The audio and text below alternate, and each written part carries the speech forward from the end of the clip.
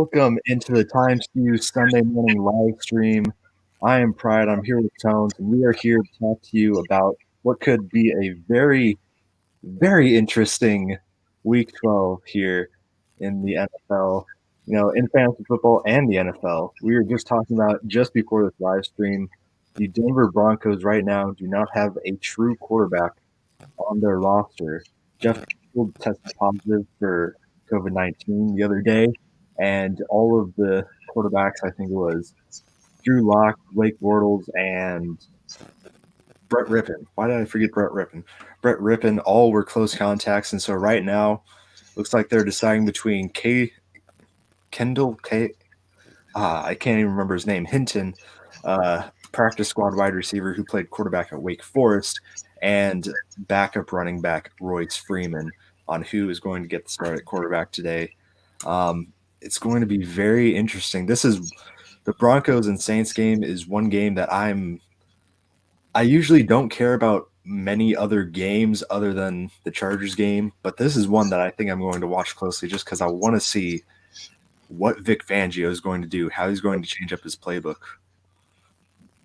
Yep, it'll be interesting for sure. I mean, I like you, I kind of had this game written off, but now since, Kendall Hinton, we've seen the Broncos before with Tim Tebow barely run.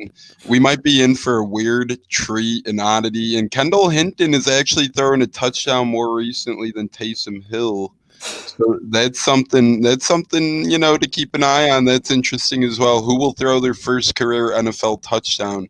Kendall Hinton, Royce Freeman, or Taysom Hill? Yeah, I was also seeing through high school and college, Royce Freeman has thrown a total of 6 passes, and I want to say 3 of them went for touchdowns, so that's pretty funny as well. But as for some fantasy impacts of this game, is anyone on this Broncos team going to be worth playing on your fantasy lineup? Yeah, that's a tough question. I mean, it's one of those things. It's like a lot of people want to be on the Kendall Hinton train just because they want to, make history. I'm kind of like that too. I kind of want to just play him and be like, yep, that one year, that one time I played Kendall Hinton in the flex as a quarterback. It was badass. I kind of want to have that historic feel. No, I don't know though. It's interesting to me.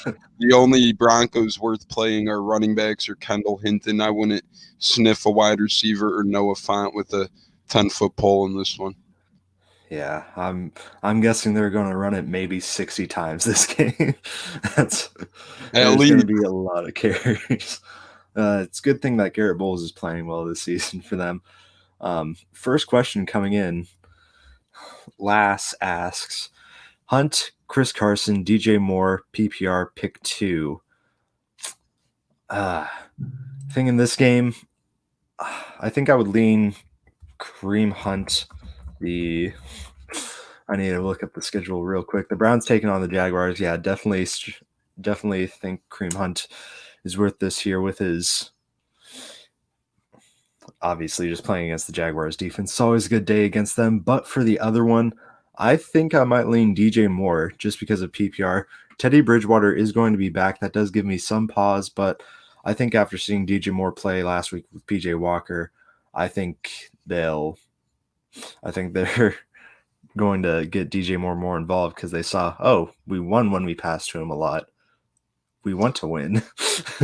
Yeah, it's interesting because DJ Moore's kind of coming on as of late a little bit, but Chris Carson is healthy for the first time since week 7. He's not listed on the injury report for Seattle. They have seen a couple running backs have success, but no one has had too much success back there. DJ Dallas, Travis Homer was ruled out back there. But DJ Dallas and some other guys have had moderate success, Carlos Hyde as well. I plan on going with Chris Carson and Kareem Hunt. I'm a big fan of running backs. I think that Seattle is going to take advantage of Carson being back, a guy who averaged 14 points a game in non-PPR formats before his injury, so probably around 16 to 17 points or so in PPR formats before his injury. I feel comfortable with him and Kareem Hunt. DJ Moore is an intriguing one. He's been better of late for sure, but I think Chris Carson and Kareem Hunt, I'm always a big advocate on the starting running backs. I know Kareem Hunt isn't a starter, but let's be honest, with his snap count against the Jaguars, tanking defense, I feel safe playing him. Yeah. Yeah. Kareem Hunt, especially, just that Jaguars team. Oh, poor Jacksonville fans. Next question is coming in from Jeremiah Hudson. He asks, in his flex, AB or Austin Eckler in standard leagues. Also, Hooper, Fant, or Tanyan at tight end. For the first one, I think I might lean AB. Austin Eckler still scares me off. He obviously is going to be active for this game. From all that I've heard from coming from the Chargers and Anthony Lynn, he's either not going to play or he's going to play in a very limited role. And so I'm not confident in Austin Eckler at all. So I think I would lean AB in this situation. Yeah, that's what scares me away about Eckler a little bit. The other thing is, though, with that Chargers backfield, which is something to keep an eye on, Kalen Ballage is a game time decision, I believe. So it's like Anthony Lynn, he might be a guy that's perhaps fighting for his job. I mean, I don't think he's going to get fired, but you never know. It's the NFL nowadays. Coaches come and go. Anthony Lynn might want to win now. He knows he need Eckler or Ballage to give him that best chance of winning. If Ballage plays, I think that Eckler takes that lesser role, that back seat that Lynn's been saying for sure, and I'd start Antonio Brown. But perhaps if Ballage can't go, if Ballage is a no-go, maybe lean Austin Eckler, because besides him, they have Kelly, who's seen his season low in snaps last week, so they're losing faith in him. And Tremaine Pope, I don't think he's done much, but it says Kalen Ballage is being treated as a game-time decision as of 8 a.m. this morning. I guess we'll have to watch how that one plays out. Yeah, that is a tough situation. As for the tight ends he asked about, I think I might go with Tanyan on this one. I mean, obviously we talked about before with Kendall Hinton at QB for the Broncos, they're probably not going to pass the ball that much. And so Noah Fant, I'd say he might see 1 or 2 targets this game at most. At most 2 targets. It will be a run heavy game. And as for the Browns, I mean, Austin Hooper, he is intriguing going up against the Jaguars. Obviously, the Jags D is not very good. Their best linebacker who could cover tight end is probably Joe Shepard, but even then, Shepherd's more of just kind of a guy who stops the run after when the defensive line can't stop him. And honestly, the defensive line's not going to be stopping many runs this game, so he probably won't be in coverage that much, at least probably in zone coverage. So Austin Hooper could be on the brink of a good game, but honestly, I think Robert Tonyan is your best option. Packers are definitely going to throw the ball a lot, and I mean, you got a touchdown last week. If you can get a touchdown this week as well, I think you're going to be happy with it. Yeah, I really think this is pretty much who do you think has the best chances of scoring a touchdown this week in terms of who to start. Noah Fant with Hinton at quarterback. Honestly, Noah Fant's best chance might be like a weird tight end reverse or wrap around like we've been seeing with Evan Ingram types. Yeah. I don't think he's going to get many targets. If he does get targets, they might be at his feet or to the other team. In terms of Austin Hooper or Tanyan, man, Hooper is going against Jacksonville, but I could see that being a ground affair. I could see Kareem Hunt and Nick Chubb just getting the bulk of the load after they're winning for the majority of the game. I think that Bears run D is pretty good. I think Tanyan has a chance of opening up tonight. I think he has a chance of perhaps finding his way into the end zone. It's a tough call between Hooper or Tanyan, but at the end of the day, Baker Mayfield just doesn't throw the football a lot. Aaron Rodgers does. I'm going with Robert Tonyan. I think he's going to get more volume and more workload and more of a chance to have a productive fantasy day than the other two. Yeah, makes sense. Next question coming in from Michael. He asks, start 2 in PPR, fighting for a playoff spot, Chris Carson, Mike Davis, Raheem Mostert. I'll let you start off with this one while I think about who I would want. Mostert and Carson are coming back from injuries. Obviously, we see Mike Davis filling in for an injured Christian McCaffrey. To me, Mike Davis is a guy when McCaffrey's down, you almost have to start him just based on what he's done in Carolina's offense. I know he had a couple game stretch of him slowing down a little bit, but that was weird. It seemed like Matt Rule wasn't using him. Then just last week, boom, 19 carries, 64 yards and a touchdown, 2 receptions. Raheem Mostert, he's been out a long time. It'll be interesting to see how San Fran does against a tough Rams defense today. I'm leaning Mike Davis and Chris Carson partially because Mike Davis has been productive. We know what we're getting from him, and Chris Carson faces a vulnerable Eagles running defense, and I think he's a bigger part to the Seahawks backfield than Mostert is to the 49ers, as they have Jeff Wilson coming back as well, and they also have a very good playing Jerick McKinnon. They're going to be facing a tough Rams D. They might be throwing a lot. Yeah, I think I'll agree with you on there. I mean, Mike Davis, I always like him as a start. Even his weeks where he's not that good, he still puts up solid numbers that you would have wished for more, but I mean, it's not going to kill your team. So I think Mike Davis is definitely going to start. And also, yeah, Chris Carson going up against that Eagles defense. Honestly, the Eagles are better against the pass than they are against the run. I mean, they're not, obviously they're a part of that NFC least division, and so it's not like they're the best defense all around. But when it comes to the passing game, they do have some good cornerbacks and stuff like Darius Slay, and also some good pass rushers to put pressure on Russell Wilson. So I think, yeah, Chris Carson, and especially with the Seahawks showing past couple of weeks with Carlos Hyde being in there, how good he can be with them.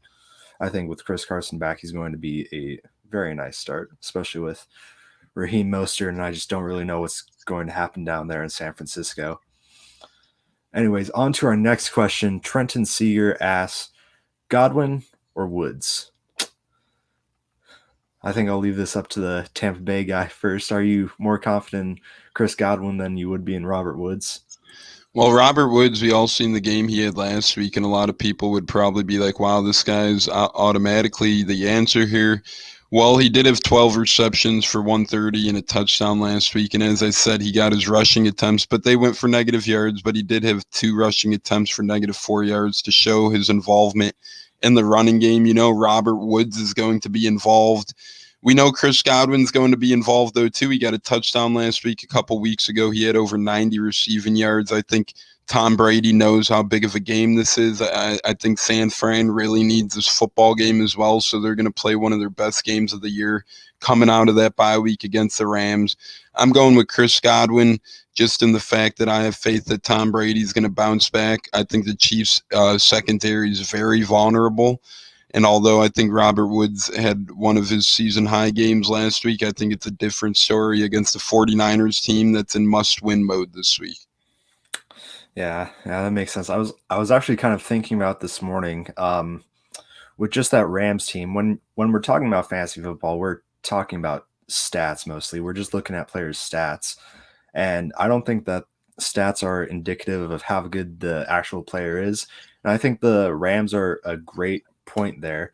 I think Robert Woods is a great wide receiver. I think he's one of the best in the league. I mean, and we've seen it in years past with the Rams kind of offense. I remember I used to play Robert Woods and Brandon Cooks without even thinking about it.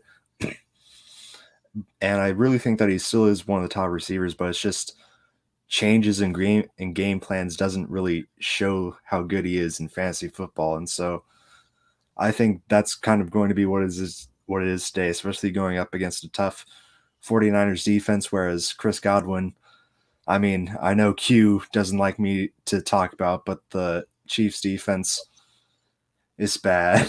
It's really bad.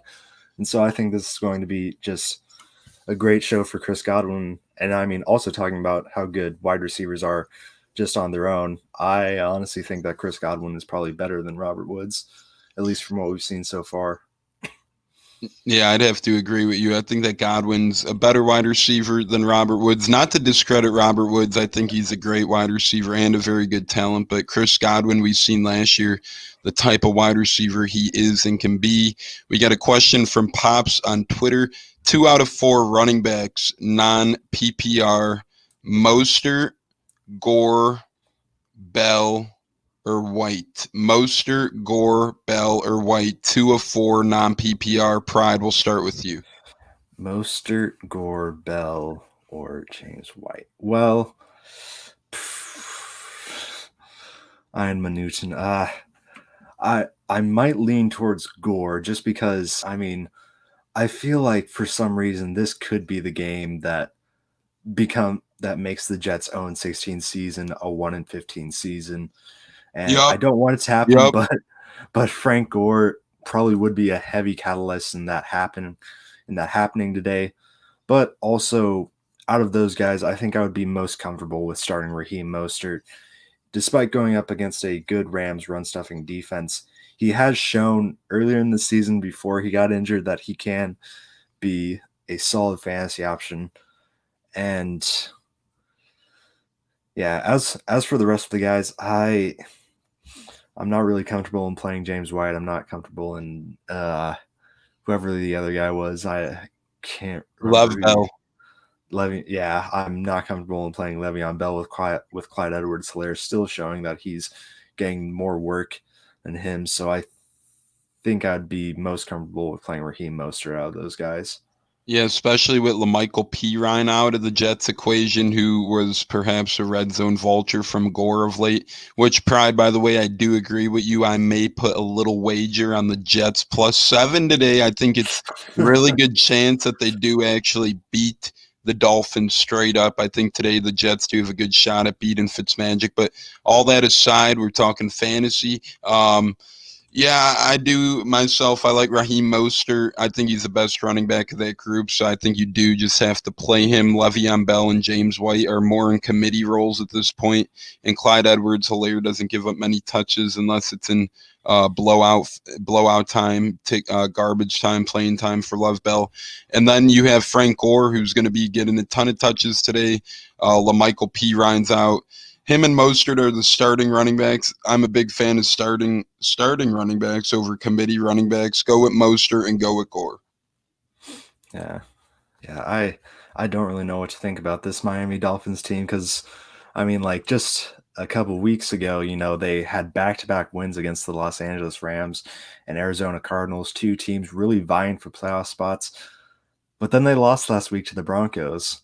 And I remember they lost early on in the season to the Patriots, so I don't know what to think of this Miami Dolphins team and this Jets team. I really want them to go the distance, but I mean, obviously they don't want to do that.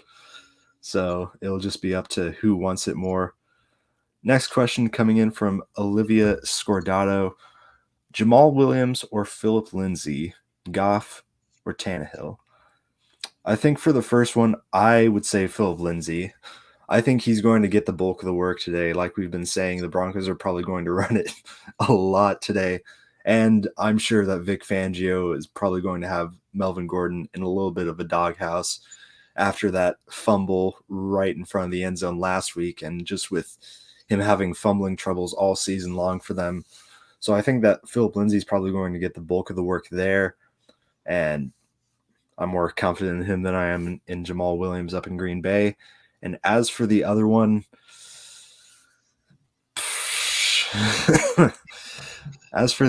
I mean, I compared Ryan Tannehill to Thanksgiving ham during one of our podcasts this week, just because he's not turkey, he's not going to be a main setter, but he's still a solid kind of like backup option in fantasy.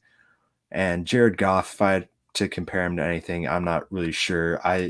He could be up, he could be down. It could go both ways, especially against a 49ers defense that has shown, even despite injuries, it can still play pretty dang well. I mean, it's just going to be tough because both of them are going up against pretty tough defenses. I think I would lean more towards Jared Goff just because I think the Colts defense has just been so good recently, and I think they're going to bring a lot of pressure, and Ryan Tannehill is not going to deal with that pressure very well. Yeah, and Goff, I feel like, just throws the football a ton. The Rams are a pass-first team, whereas the Titans like to hand the ball off more so than the Rams do, and rightfully so with Derrick Henry back there. But Tannehill does show signs of life here and there. I'm going with Goff, though. I think Goff is a more superior fantasy football quarterback to Ryan Tannehill. And then the other question, a little more tricky, Jamal Williams has actually still been pretty productive in a backup running back role, whereas honestly, he's probably outproduced Lindsey's numbers as a backup running back. But with Hinton playing today, the Broncos obviously are going to be ground heavy. I think they're going to have to run the ball a lot today. I think Philip Lindsay may get a lot of touches today just based on the fact that Kendall Hinton is their quarterback. I'm going with Philip Lindsay and Jared Goff in this one. But Jamal Williams could surprise you. He's pretty much a touchdown-reliant backup running back at this point. Yeah. Yeah, next question coming in from Myron. He asks, is Kendall Hinton worth claiming? I think he is, just because I think it's cool that this whole thing is happening, that he's getting a chance of going from a practice squad wide receiver to QB. That being said, if you asked if he was worth starting, I don't really think so. At least for my teams, I got a big lead early thanks to the Thanksgiving games, and so I'm going to probably play it safe today on Sunday. And I don't think it's going to be like Taysom Hill, because I mean Taysom Hill for the Saints, despite Yahoo and Sleeper having him as like a tight end or wide receiver on the Saints roster, he was a quarterback. He knew the playbook, whereas Kendall Hinton, he doesn't. I mean, that's why I thought they were trying to bring in their like offensive quality control coaches, just because he knows the playbook better than Hinton does, and like it's just not a lot of time that he has to get it in. I mean, like I said earlier, I think Hinton might throw it 5 times this game at most. Yeah, fun fact with Hinton is actually Kendall Hinton is a more recent touchdown pass throwing than the opposing quarterback in that game today, Taysom Hill. Kendall Hinton threw one in 2017. The last touchdown pass, believe it or not, Taysom Hill is throwing was in 2016. Kendall Hinton is very much so worth an ad. If he's worth a start, that's up to you. My thing is this: he's going to get a lot more touches than anybody else who will be a flex option today. It's really so, as Pride said, do you want to risk it to get the biscuit? He might go off. If he gets a touchdown, he's pretty much automatically going to be worth it because he'll get so much other yards or touches accumulated that he'll at least get you double-digit points, you would think, if he does find his way into the end zone on the ground, that is. He's worth claiming in this crazy world of fantasy where you get lucky sometimes and you could start a QB elsewhere. I don't know if you want to be historic like me and say you started someone in a league where it might never happen again moving forward, I'd claim him for sure. Starting him, as Pride said, is a different story. But yeah, he's worth the roster spot in my opinion. Yeah. Myron also asks, Aguilar, Samuel, or Watkins? Ooh, that's really tough because I've actually been really into Nelson Aguilar this season. I feel like he's been really good for the Raiders so far, but I think I might lean towards Curtis Samuel in this situation more, just because going up against the Vikings, very bad passing defense, and also, Curtis Samuel, despite being like the number 3 wide receiver on this team behind Robbie Anderson and DJ Moore, Matt Rule likes to find ways to use him. He'll use him he'll give him the ball, give him some carries, maybe out of the backfield, on end arounds and stuff. And he also looks to try and find him at least sometimes. So I think out of those 3, I might be leaning Curtis Samuel more. As for Watkins, I can never trust any Kansas City wide receiver outside of Tyreek Hill. So that's just a no from Watkins. So out of Aguilar and Samuel, I think I might lean Samuel more, just because I feel like the Panthers are looking to get him involved in the offense. Yeah, I'd lean Debo Samuel. I mean, he's coming back. Or wait, I didn't even think about that. Ah, shoot. Yeah, wait, what Samuel is it? This is a tough one because I don't know why I just assumed Curtis Samuel. I forgot that Debo Samuel's. I mean, if it's Debo Samuel, then yeah, definitely Debo Samuel. I'd go Debo if it's Debo. I'd probably go Curtis too if it's Curtis. I don't really know, man. It's tough when you don't put in the full name. Aguilar, he's kind of touchdown reliant. He's a deep threat. You never know. And then Watkins just isn't used much after week 1 any year nowadays, it seems like. So I'm going with Debo or Curtis, whoever Samuel you may own. Yeah, I mean, if it's Debo Samuel, then I think definitely play him with Brandon Ayuk out. He's going to be their top wide receiver, and they've shown that they'll use their top wide receiver and Kittle's out. Yeah, and Kittle. Yeah, and Kittle's still out. So, yeah, if it's Debo, then definitely. And if it's Curtis Samuel, I would still lean towards him. Next question coming in from Eric Brewer. He asks, you guys like Eckler or Shepard today? PPR. I don't really like both either. I mean, I talked about earlier Austin Eckler. It's not looking like he's going to be playing in a full role today. Not sure how much he will be playing. And Sterling Shepard for the Giants. I mean, I don't really like the Giants, even though they are going up against the Bengals. That is a positive defense, but also the Bengals secondary. I can't remember who. One of their cornerbacks who has like the third in their name. I can't remember if it's Jesse Bates the third or William Jackson the third, but they've been having a very good season so far. So if they put him on Sterling Shepard, it could be a long day for him. So out of those guys, I might lean towards Austin Eckler in this situation. Yeah, I think Eckler is going to get more of the volume, especially if Ballage is out for sure. As Pride and I said earlier, you guys should pretty much monitor the situation of Kalen Ballage, and that'll kind of indicate Austin Eckler's workload, perhaps. The tough thing with Sterling Shepard is, I'm assuming it's Sterling Shepard. That's the only Shepard I could think of. But Sterling Shepard he's really dependent on Daniel Jones, and it's always tough to rely on Daniel Jones in fantasy football. Throw into your guys. He's more of a guy who makes plays with his feet, especially this season. I'm going with Austin Eckler. I mean, you used the top round pick, either first or second round pick on Austin Eckler this year for a reason.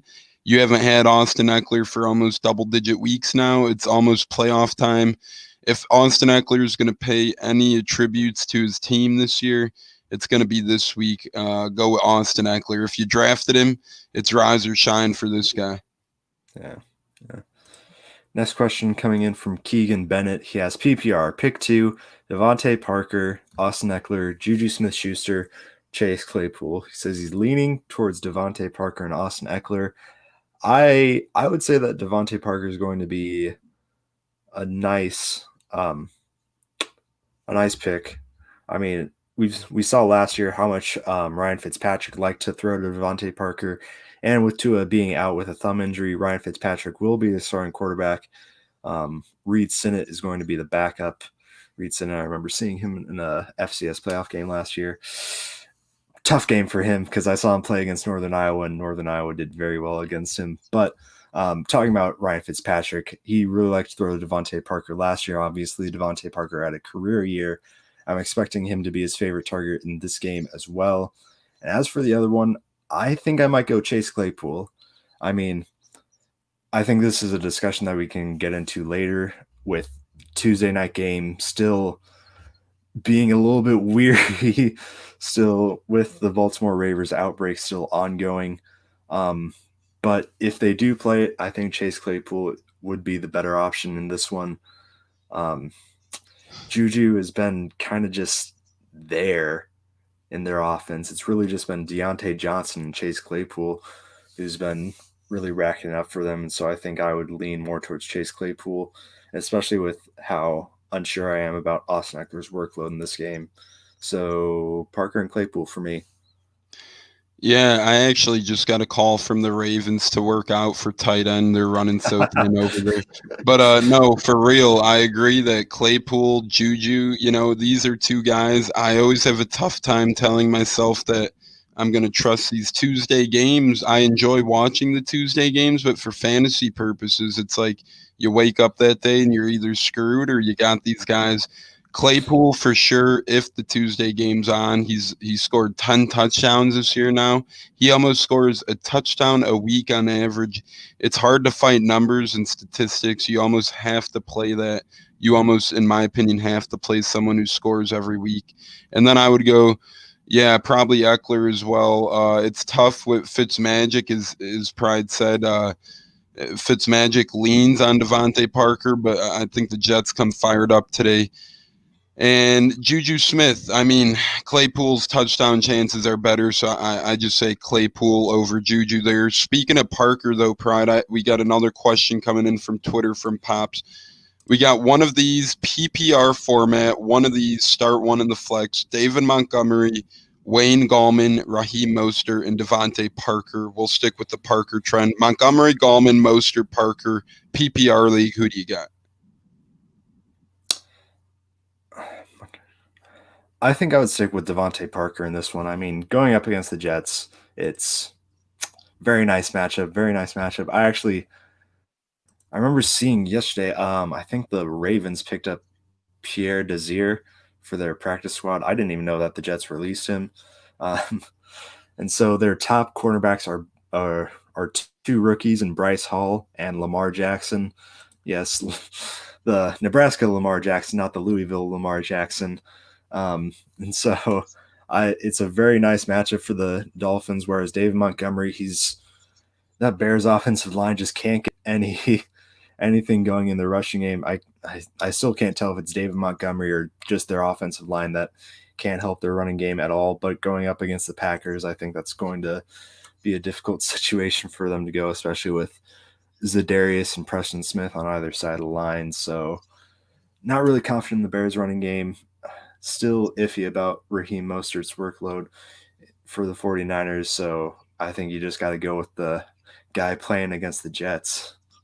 Yeah, I think you got to go Devontae Parker or Wayne Gallman here. Gallman's been a touchdown machine. He's going against the Bengals. Devontae Freeman's now on IR. Deion Lewis hasn't been used much outside of the Bucs game. Wayne Gallman is a little bit of an intriguing option, but Devontae Parker is probably the way to go to play it safe.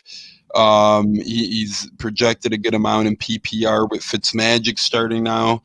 Montgomery, you never know how the Bears offense does with him, and then Mostert's coming back with that injury. I'd go Gallman or Parker in that one, but since it's a PPR, I'd give the slight edge perhaps to Devontae Parker because Wayne Gallman doesn't really catch too many, but he will get I bet you Wayne Gallman gets 15 to 20 touches today, so I like Wayne Gallman stealing a lot. Yeah. And now, we kind of talked about it before, but now since we have a little break in our questions, let's kind of talk about this Tuesday game and just what your confidence level is. Like, I don't have very many players across my leagues who play for the Steelers and Ravens, but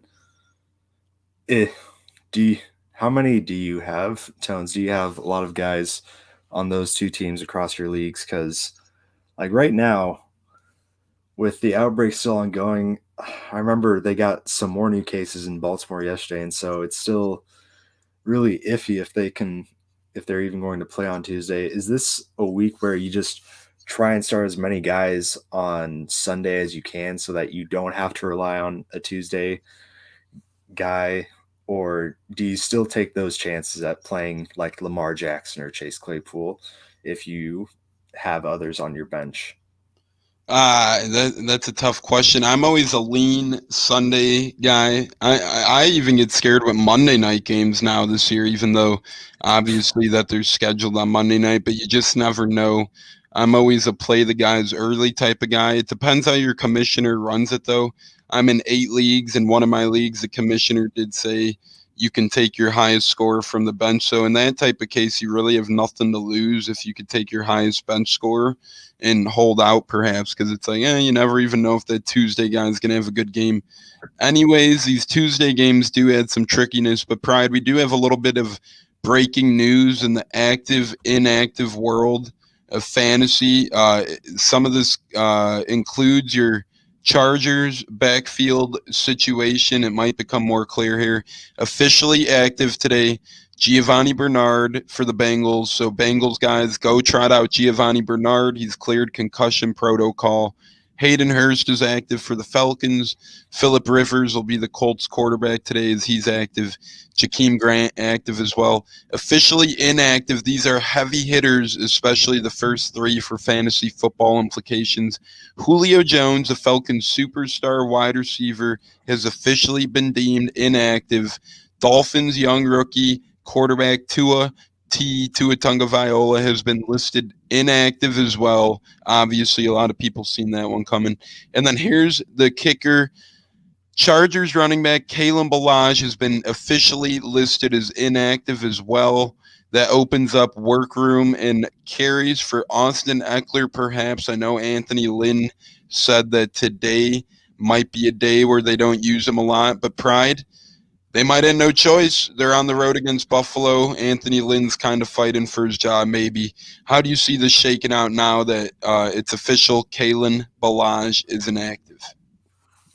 I still think in this game they're still going to be hesitant on Austin Eckler because, I mean, if I still don't know what's going on with the Eckler situation. It's been really unclear. I feel like he should be mostly recovered, but just with the way that Lynn's been talking and how the Chargers have been treating it, it seems like he's still just working out maybe even just some stretching problems. So I feel like Joshua Kelly is going to get the most of the carries in this game. And I mean, they've shown earlier in the season that they're willing to give the rookie a lot of carries, and really outside of that game, he hasn't gotten much. But I still think that Joshua Kelly, now with Kalen Ballage officially being out, is going to be kind of the main carry getter, kind of getting the lion's share of the carries in this game. Whereas Austin Eckler, I think they're still going to be giving him some, just kind of working him back into the offense. But just from what I've seen so far, they're not really looking to play, just like give him like 15 to 20 carries this game. Yeah, it's going to be interesting to see for sure. I don't know. I'm interested to see how the Chargers honestly game plan at Buffalo. Obviously, that's going to be interesting. Is Chargers play good football every week, but they come just short of winning. Buffalo is one of the better teams in the AFC and in the NFL in general, perhaps. So it'll be interesting to see how Pride's beloved Chargers face off against the Buffalo Bills. And Pride, real quick here too, I just want to get your opinion. It's week 12. A lot of fantasy football matchups on the line. A lot of people looking for QB help this week. Here's a list of guys starting at quarterback this week for fantasy football. This just kind of makes me laugh because a lot of these guys are either blast from the past, or practice squad call-ups, or just gadget quarterbacks. So week 12 starting QBs. Here's a handful of them. This is kind of comical. Mike Lennon for Jacksonville. Okay, he hasn't started in a couple years for Chicago in 2017 was the last time he resurfaced. Brandon Allen for Cincinnati. Brandon Allen started a couple games and looked awful for Denver. We have Kendall Hinton for the Broncos. Kendall Hinton, the last time he threw a football was a touchdown against Clemson in 2017. Now Kendall Hinton was a salesperson just a month ago, and now he is throwing for the Broncos. We have Nick Mullins, who's obviously struggled immensely for the 49ers this year. Taysom Hill, who hasn't thrown a touchdown pass at a professional football league level since 2016. Mitchell Trubisky, the Chicago quarterback, the first quarterback picked in 2017 ahead of Watson and Mahomes. Ryan Fitzpatrick, the journeyman quarterback for Miami, who's starting with a Tua injury. And then RG3, I mean, this list is pretty crazy for fantasy football quarterbacks this week. Pride, out of that list, I'm gonna give the question to you. Who do you pick on that list if you have to start one this week? Mike Lennon, Brandon Allen, Kendall Hinton, Nick Mullins, Taysom Hill, Mitchell Trubisky, Ryan Fitzpatrick, or RG3. You have the honors to start one. Who are you rolling with? I think the top two options on that list are Ryan Fitzpatrick and Taysom Hill. Taysom Hill obviously showed he can put up some decent fantasy points as a QB this week, and going up against the Broncos, I think that could prove some difficulties. I mean, the Broncos defense is a lot better than the Falcons defense this year. So I'm interested to see. I think that he's going to be forced to throw the ball more because I think those linebackers, Josie Jewell and Alexander Johnson, are going to do a better job at containing his rushing abilities in this game. So it's going to be interesting seeing that. But honestly, I think I got to go Fitzmagic for this one. I mean, this is going to be a guy, I see him, and he's going to be like me when I bowl now. I fun fact about me, I used to be on my bowling team in high school, and I was never really good. I just mainly stuck on the JV team, but now I'll go like 5 months between times that I bowl, and I can bowl like 7 consecutive strikes. And I'm like, why couldn't I do this years ago when I was actually practicing bowling and stuff? And it's just because you don't care. You don't care anymore. I mean, and I feel like that's kind of the attitude that Ryan Fitzpatrick's taking. He's been in this league for so long. He's just gonna slang that thing. He's not gonna care how many times he's gonna get intercepted. He's just gonna throw it up to Devontae Parker as many times as he wants. I think he's gonna get at least 300 yards today passing. Yeah, I agree. He's gonna just throw it and throw it often. I like that bowling analogy. That was a good one. Yeah, today's fantasy football day is pretty honestly interesting. It's like a day of none other before. That I don't know why that Dolphins-Jets game, that Saints-Broncos game, some matchups that may have not been intriguing a week ago now with injuries and whatnot become intriguing. Kendall Hinton is perhaps the most intriguing guy in name to watch for today in fantasy football, though, because he has a sandwich effect of perhaps playing in the flex, perhaps being a hidden second QB for some lineups. So that's really interesting. Pride, what game are you most looking out for today in the NFL as a fan besides the Chargers? Are you looking forward to seeing Taysom Hill, Kendall Hinton? Are you looking forward to Tom Brady, Mahomes? Are you looking forward to divisional clashes like Titans, Colts, and 49ers, Rams? What game highlights your eyes today for fantasy or just for a football fan in general? I mean, I think for football fan in general, you have to be watching the Saints and Broncos game today at 3. Just because, I mean, just the situations. I mean, you have 2 quarterbacks who aren't the starters. One of them that isn't really even a quarterback. I mean, you could argue that both of them aren't really even quarterbacks, but I think that's going to be super interesting, but also bring in kind of just that list that you talked about. It is kind of bringing back some flash from the past memories.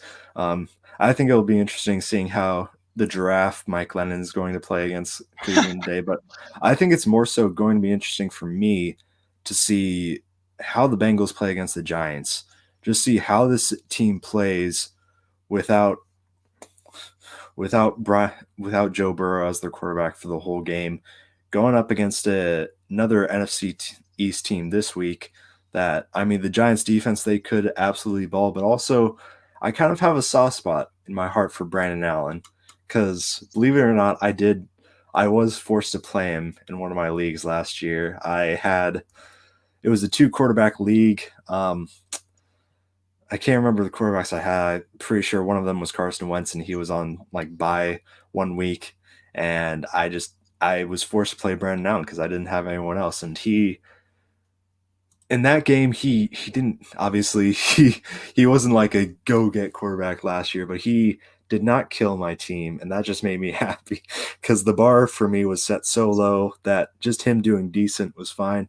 I think that's going to be interesting seeing him get another chance here to start for the Bengals against the Giants team who has been hit or miss really on how good they will be.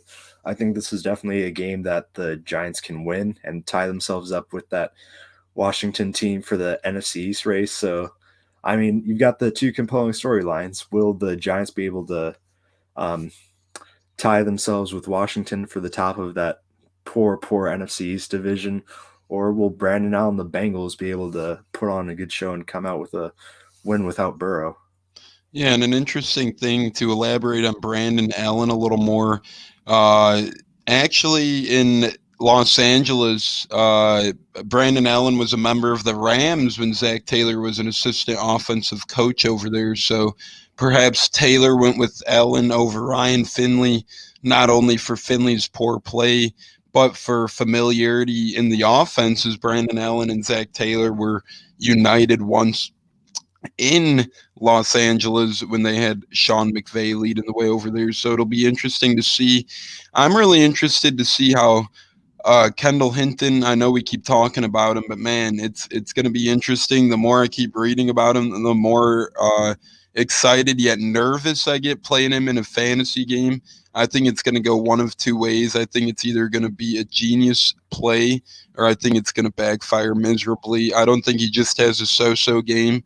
I literally think he's either going to do really good and be effective on the ground and have a couple of passes that look decent, or I think he's gonna have a bad little rap. But Adam Schefter also tweeted something interesting. He just tweeted a couple minutes ago.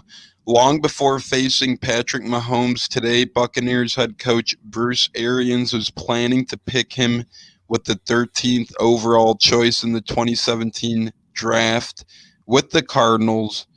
Pride, I just kind of want to do a scenario here. It's 2017, now it's 2020. Mahomes won a Super Bowl with Andy Reid in Kansas City. Just say if Arizona and Bruce Arians would have drafted Patrick Mahomes in 2017, do you think Patrick Mahomes and Bruce Arians would have been in the same situation as Andy Reid and Patrick Mahomes, hoisting a Lombardi trophy? Or do you think that Mahomes' career would have taken a hit, ending up in Arizona over Kansas City? I think honestly Patrick Mahomes could have still developed into the quarterback that he is today in Arizona with Bruce Arians. I mean, Bruce Arians has shown that he can really develop quarterbacks and really bring him. I mean, we saw what he did with Carson Palmer, a guy that I'm sure most of the NFL thought was just left for dead, and he was able to really revitalize his career. I don't know. I'm looking at the 2017 Cardinals right now just to see who they had kind of around. They would need. I do not believe that they had the same kind of talent level that you could give the Chiefs. I mean, you look at their wide receivers. Obviously, they had Larry Fitzgerald, and their number 2 was John Brown. But I followed John Brown, and I believe at that time he was kind of dealing with a sickle cell issue that was kind of hampering his playing career, that I think ultimately got him released from the Cardinals and then picked up by the Ravens there. And so I honestly, in this situation, I want to say that he would have kind of the same amount of personal success, but I'm just not sure if in Arizona he'd be able to lead them to a Super Bowl. Yeah, I agree there. The only thing I guess going for him at that point in time, obviously the script has changed now after a few years of writing, but I do feel like at that point in time, a David Johnson-Mahomes combo would have been absolutely filthy. Could you imagine the creativity that Bruce Arians could have done with David Johnson? And like I said, again, David Johnson in 2017 was viewed as a top 2 or 3 running back in football. This is a guy that they gave a boatload of money to. This is a guy that was supposed to have 1,000 rushing, 1,000 receiving yards pretty much year in and year out. Then injuries happened, and obviously it caused a stalling and a stalemate to his career. Would have been very interesting to see what Bruce Arians could have done with Mahomes. But I agree with you. For the most part, the talent and the surroundings aren't there as it is in Kansas City. I mean, Kansas City's a team who had a Pro Bowl quarterback who's made it to a Super Bowl before. I know Colin Kaepernick started the Super Bowl that year, but Alex Smith won games that year. He was a quarterback in San Fran to start the year they made it to the Super Bowl. Kansas City had that quarterback. They had their Super Bowl quarterback in Alex Smith. Yet they chose Mahomes. They had a plan. They put in Mahomes. They executed it to perfection. They had a blueprint. They knew exactly what they were doing. Kansas City's just been loaded. I mean, when you got a QB room of Alex Smith and Patrick Mahomes, that's as loaded as you can be. So, yeah, I agree with you. I think he's way more suited up for success in Kansas City than he would have been in Arizona. And just speaking quick, Pride, real quick here, I do want to get your thoughts. Lions finally fired Mike Patricia. To me, Lions fans could sleep happy tonight. What's your thoughts? Yeah, I think this was firing that was all too what's the word? A long time coming. Yeah, a long time coming. You could see it coming from a mile away. I didn't think that would happen during the season. I thought it would be one of the what's it called, Black Monday firings, like the first Monday after the season ends, and all the coaches get fired. I thought it would happen. Funny enough, it happened now, and Adam Gase has now survived 3 coach firings, which, I mean, that's just funny to me. But I think in the end, this is going to be very good for the Lions team as a whole. I mean, I remember seeing it before, they were talking about Jim Caldwell, a guy that I personally liked. Obviously, he wasn't the best head coach, but he was at least able to lead the Lions to the playoffs a couple times, whereas they brought in Matt Patricia because they want to do more in the playoffs, and he couldn't even get him there. And I hope, like people have been saying, this is finally the final straw, and people will stop hiring Bill Belichick disciples to coach their team just because it doesn't work. Like the best, I mean, like Mike Vrabel and Brian Flores have been doing a good job so far, but we've also just seen so many guys in the past. Josh McDaniels with the Broncos, Romeo Crennel with the Chiefs. There's just been so many guys who have come and gone, and teams are worse off for them being there. Yeah, even in college football, we've seen Charlie Weiss go from New England to be the Notre Dame head coach for a little bit. He had terrible success. It just seems any level of Patriots assistant coaching under Belichick, they don't seem to have success. I think that would be interesting. And Pride, I think this was going into this year, I think this is a year that people thought head coaching openings next offseason or Black Monday 2021 would be perhaps down a little bit. But we're already at 3 head coach openings. We're already at Bill O'Brien fired, Dan Quinn gone in Atlanta, and now we're at Patricia.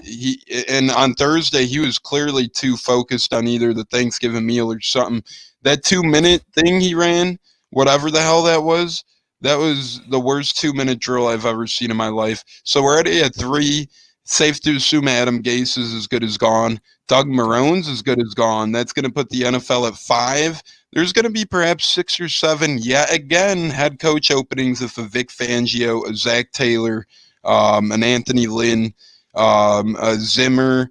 There's a couple guys who could get a Mike McCarthy, could be a one and done. You just never know. But there's going to be at least 5, in my opinion, because you got Marone and Adam Gase right behind them. It's just always so interesting. There never seems to be a dull moment with head coach openings in the league. Yeah. I could definitely see 7 openings being for this offseason because I think, Mike McCarthy might be one and done because, Jerry Jones likes to win, and this season, even though they're still in the hunt for the playoffs, I know this season has not really been acceptable for him. And Anthony Lynn, also, he's just been on the hot seat all year. I don't know what happened. I still have a theory that when the Chargers lost in the divisional round of the playoffs in 2018 to the Patriots, that Belichick stole Anthony Lynn's abilities to make adjustments in the second half because he's looked like an entirely different coach. And so, I think 7 or 8 coaches could not be out of the equation. We have some more questions right here. Mike Smith asks, Josh Allen or Justin Herbert, who do I start? That's that's a tough question. Guys going in each game, I might, this might be a little bit of a hot take, but I might be more interested in playing Josh Allen in this game. The Chargers secondary is not very good. And I think Josh Allen, despite John Brown being out, I think he can really take control of the game and really just make the Chargers suffer. Yeah, it'll be interesting because these guys face off. I feel like we get a Josh Allen, Justin Herbert question weekly. Thanks for the question, Mike Smith. These are two quarterbacks who could pay off big time if you start him. Obviously, I don't think either is going to have a bad game. Josh Allen's ceiling is probably a little more higher today. I'd probably roll with Josh Allen just because his pride said the Chargers secondary, which they spent a lot of money on, hasn't paid off to this point. Although I'm starting Justin Herbert in a couple leagues that I have him in because to me he is a must start. Unless you have a guy like Josh Allen, I'd lean Josh Allen. Yeah, he's definitely a must start. But if you have your choice between the two, I think Josh Allen will be a better choice. He also asked Giovanni Bernard, Leonard Fournette, or Benny Snell. Pick one full PPR. Tones, who are you going with? I'm going with Gio Bernard. He's been cleared of the concussion. We've seen him be effective for fantasy football managers a couple weeks where Joe Mixon's been out this year. Bernard's reached double digit multiple times, and it's PPR. Bernard catches a lot of footballs here. Leonard Fournette's productivity has been up and down, mainly down. And you don't know what running back Pittsburgh's going to go with. Will it be McFarland? Will it be Snell? Will they get Claypool involved on the ground? He has 2 rushing touchdowns this year, so you never know who it's going to be out of Pittsburgh. I'm going with Giovanni Bernard. Okay. Also have some questions from David Rodriguez. He asks at quarterback, Brady or Fitzpatrick, and then at running back, Breida or Bernard. I think in this one, I'm leaning Matt Breida, or what am I saying? No, Giovanni Bernard. Matt Breida has not been shown the part in Miami's roster so far. So even with Salvon Ahmed being out, I don't really see Matt Breida being able to just all of a sudden break out in this game. And as for the other one, Tom Brady or Ryan Fitzpatrick, like I was saying, I think Ryan Fitzpatrick can sling it. But I think going up against the Chiefs defense, it's too good of a matchup to not play Tom Brady, especially since he's shown that he can come back strong from bad games. Yeah, Tom Brady's going to be really pissed off today, too, and he has weapons galore. Would you rather have your guy throwing to Gronk, AB, Cam Wright, Mike Evans, and Godwin, or Devontae Parker and a cast of characters? I'm leaning with Tom Brady for more than just my fandom. He's obviously a better quarterback, maybe not in fantasy all the time, but I really think for some reason Fitzpatrick against the Jets today might be a little bit of a struggle maybe. And then in the other question, I couldn't agree with Pride more. I mean, Matt Breida's been a guy in the Dolphins system who hasn't even sniffed 6 points in non-PPR formats this year. I just don't get how anyone could consider him. Last week he had 2 carries for 4 yards. You could sleep good at night, start Giovanni Bernard. Even if Matt Breida did pop off somehow, I wouldn't feel bad about leaving him on my bench. Yeah, especially considering, whereas I feel like the Dolphins are more comfortable with throwing the ball with Ryan Fitzpatrick than maybe the Bengals are with Brandon Allen. And also, I mean, even with Salvon Ahmed is out, they still have liked to use Patrick Laird. And so with him being there, I think Breida's workload could suffer for it. Carlos has got to ask, how do you guys feel about Mostert this week, starter sit? In a general way, it depends who you got. Yeah, I mean, it depends who you got. In general, I would still say sit him just because this 49ers offense, I don't know what they've had to deal with so many injuries that they've had to really reform their offense multiple times. So I'm just not really comfortable with it. And I mean, you could play Raheem Mostert and then he gets like 5 carries, whereas Jerick McKinnon gets 15. So I don't know what to feel about this 49ers offense. So in most situations, I would probably say sit Mostert. Yeah, I agree with Pride. If you got running backs like Nyheim Hines, Gio Bernard, Ronald Jones, even, I feel like you could sit Raheem Mostert. You only play Mostert if your options are like Breida, Frank Gore, Le'Veon Bell type options, Alexander Madison type options. In my opinion, I would play, or I wouldn't plan on playing Mostert. But these questions are always tough for us because we really don't know the rest of the roster. It's really kind of like answering a blind question. It's pretty hard, but we're going to say sit, we guess. Yeah. Next question coming in from Joseph Ariola. Mayfield or Carr today? Go with Carr. I would lean Derek Carr. Baker Mayfield, he's up and down. Even going up against the Jacksonville Jaguars this week, I'm still not confident in Baker Mayfield, and that's really telling me something. That's really when you're playing one of the worst teams in the league, and I'm still not really confident in playing you.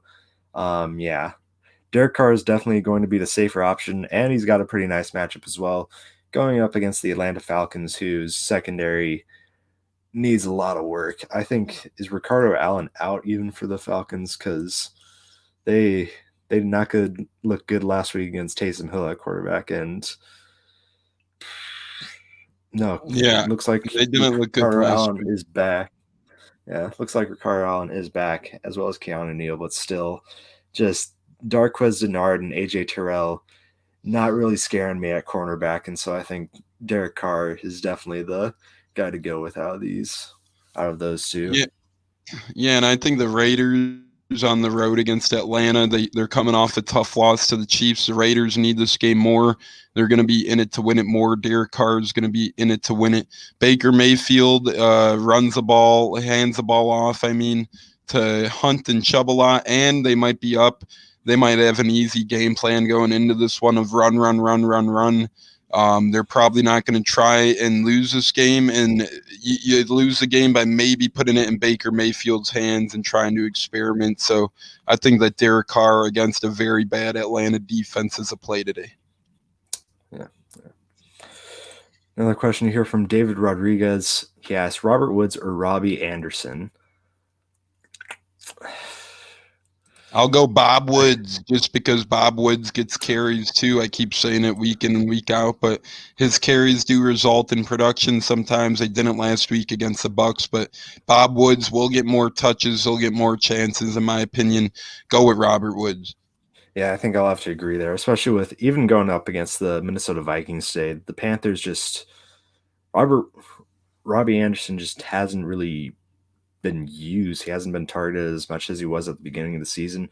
You just kind of seen kind of a downtick in production so far, and so I think that's probably going to continue. And Robert Woods is after seeing what he did last week, I think he's just the better option. Yep. One last question today. Blizz001 asks, Boyd or Aguilar? I think I might lean Nelson Aguilar here. Tyler Boyd, he's got Brandon Allen throwing to him against Giants secondary that includes James Bradbury, so it could be tough, just a tough day all around for the Bengals offense, whereas Nelson Aguilar, he's shown despite Derek Carr really spreading it around to all the wide receivers for the Raiders so far this season, Nelson Aguilar still found himself in the end zone quite a bit, and so I think I would go with him. Yeah, I'm going with it's tough. Boyd is hard to trust today, though. I'm going with Aguilar against the Falcons defense, hoping he catches a long touchdown. Hope that Aguilar catches that long touchdown. I'm going with him slightly. Okay. One last question. Marco Reynosa asks, Chris Godwin, Tyler Boyd, or A.J. Brown? Pick two. Kind of same thing that we were talking about with the last one. Tyler Boyd, I'm just not having confidence in this Bengals offense when it's run by Brandon Allen. I'm confident in Giovanni Bernard because I feel like they'll be running the ball a lot, but passing-wise, I'm very hesitant. So I would just say go with Chris Godwin, go with A.J. Brown. Godwin, he's set up to have a good game against this Chiefs secondary, and A.J. Brown, he's been on and off so far this season when he's been healthy, but he's also shown, just like in their last game, that he can just bulldoze some cornerbacks. So yeah. It's tough. This one's tough for sure. I'm going with Godwin and A.J. Brown. Boyd, with who's thrown to him, I don't know if you could trust him. I'm going with Godwin and Brown. Yeah, well, that's really going to be it for this live stream episode this week. We are within an hour of when the games start. Thank you, Tones, once again for joining me today, and thank you for everyone for asking questions, getting some discussions going, and hopefully you can come out of this weird week 12 with a victory. hopefully if you play Kendall Hinton, he'll have a good game. If you play someone for the Steelers and Ravens, hopefully they will play a game. And yeah, just hoping for the best. Thank you for joining us, and see you next week.